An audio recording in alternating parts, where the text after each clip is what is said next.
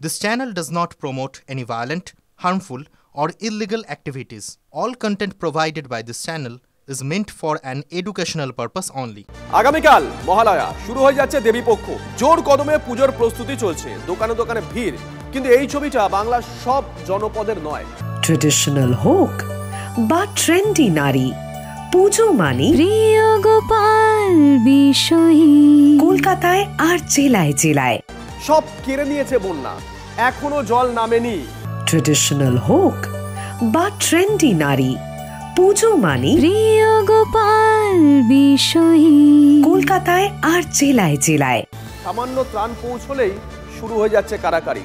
এমন ছবি দেখলে চোখের কোনা ভিজে উঠবে। দেখুন, কবি শঙ্খ ঘোষ লিখেছিলেন, এই কলকাতার মধ্যে আছে আরেকটা কলকাতা। সামান্য একটু বদল এনে যদি বলা যায় এ বাংলার মধ্যে আছে আরেকটা বাংলা, ভুল হবে না একটুও। পুজো আসছে, ভিড় উপচে পড়েছে পুজোর বাজারে। কলকাতার দোকানে দোকানে ঠাঁই নেই ছবি।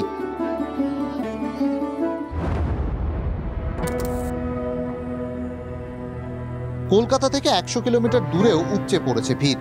তবে এই ভিড়ের চরিত্রটা আলাদা। ত্রাণ দেখলেই ঝাঁপিয়ে পড়ছেন মানুষ।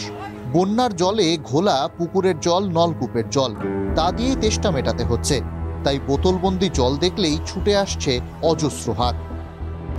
ত্রাণ আসছে, কিন্তু একেবারেই যথেষ্ট নয়।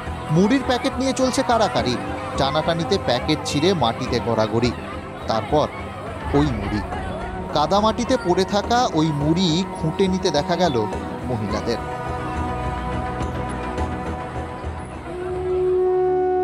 মনে হচ্ছে না এ বাংলার মধ্যে আছে আর একটা বাংলা? সত্যিই আছে। জায়গাটা হুগলির ধান্যঘড়ি। আশেপাশেই বন্দর, তালিত, মারোখানা, নারায়ণপুর, পুরসুরা। দ্বারকেশ্বর আর রূপনারায়ণের বাঁধ ভাঙা জল ভাসিয়ে দিয়েছে এলাকার পর এলাকা। কাঁচা বাড়ি প্রতিবার ভাসে, পাকা বাড়িও ধরাশায়ী এবার। কেউ ভাঙা দালানে বসে ফুপিয়ে কাঁদছেন, কেউ রাস্তার পারে ছাউনির পাশে বসে।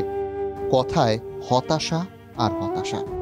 আমাদের বাড়ি ঘর পড়ে গেছে, এক কোমর করে জল, মাটির ঘর পড়ে গেছে। ছেলে মেয়েদিকে ভাত দিতে পারছি না বাবা, এক মুঠো অন্ন তুলে দিতে পারিনি। আমাদের সব ঘর দুয়ার সব ডুবে গেছে, খেতে পাইনি। তারপরে ডুবে গেলো সব, আমাদের খেতে পাইনি। এখানে এসে দুটো দেখতে পাচ্ছি, আমাদেরকে কেউ বলে না। তিরপল খাটিয়ে আছি, ঘর বাড়ি সব বন্যা ডুবে গেছে, কোনো থাকা চলছ নেই। খুব সংসারও খুব কষ্টের মধ্যে চলছে, কোনো কাজকর্ম নেই, খেতে পাচ্ছি না। যে যেটুকু পাচ্ছে দান করছে, ওতেই আমাদের চলছে। এখনো জমে বন্যার পচা জল, চারিদিকে দুর্গন্ধ।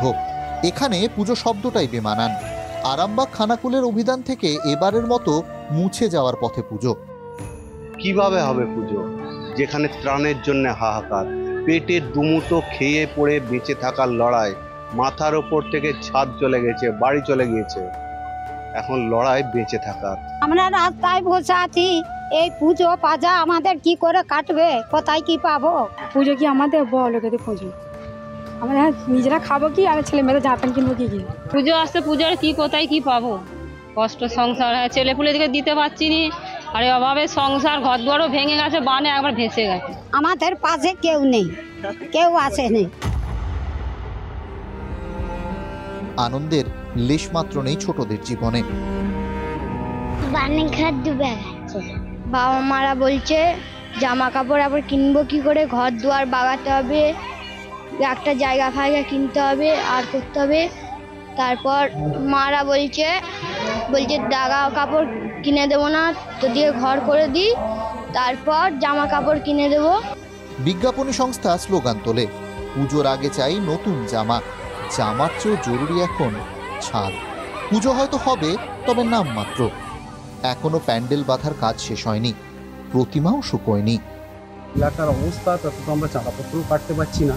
শোনাচ্ছি না এরকম বন্যা হয়েছে, আবার বৃষ্টির জল পড়ছে, ঠাকুর শুকনো হচ্ছে না, রোদে বার করা হয়নি। আনন্দ উৎসব মানুষের মধ্যে আনন্দটা নেই, এখন একটা হাহাকার তৈরি হয়েছে। এ বাংলার মধ্যে আর একটা বাংলা। ঘর কেড়েছে বন্যা, ওরা উৎসবে ফিরবে না? উৎসব কি সবার হবে না? তন্ময় বৈরাগীর রিপোর্ট, TV9 বাংলা।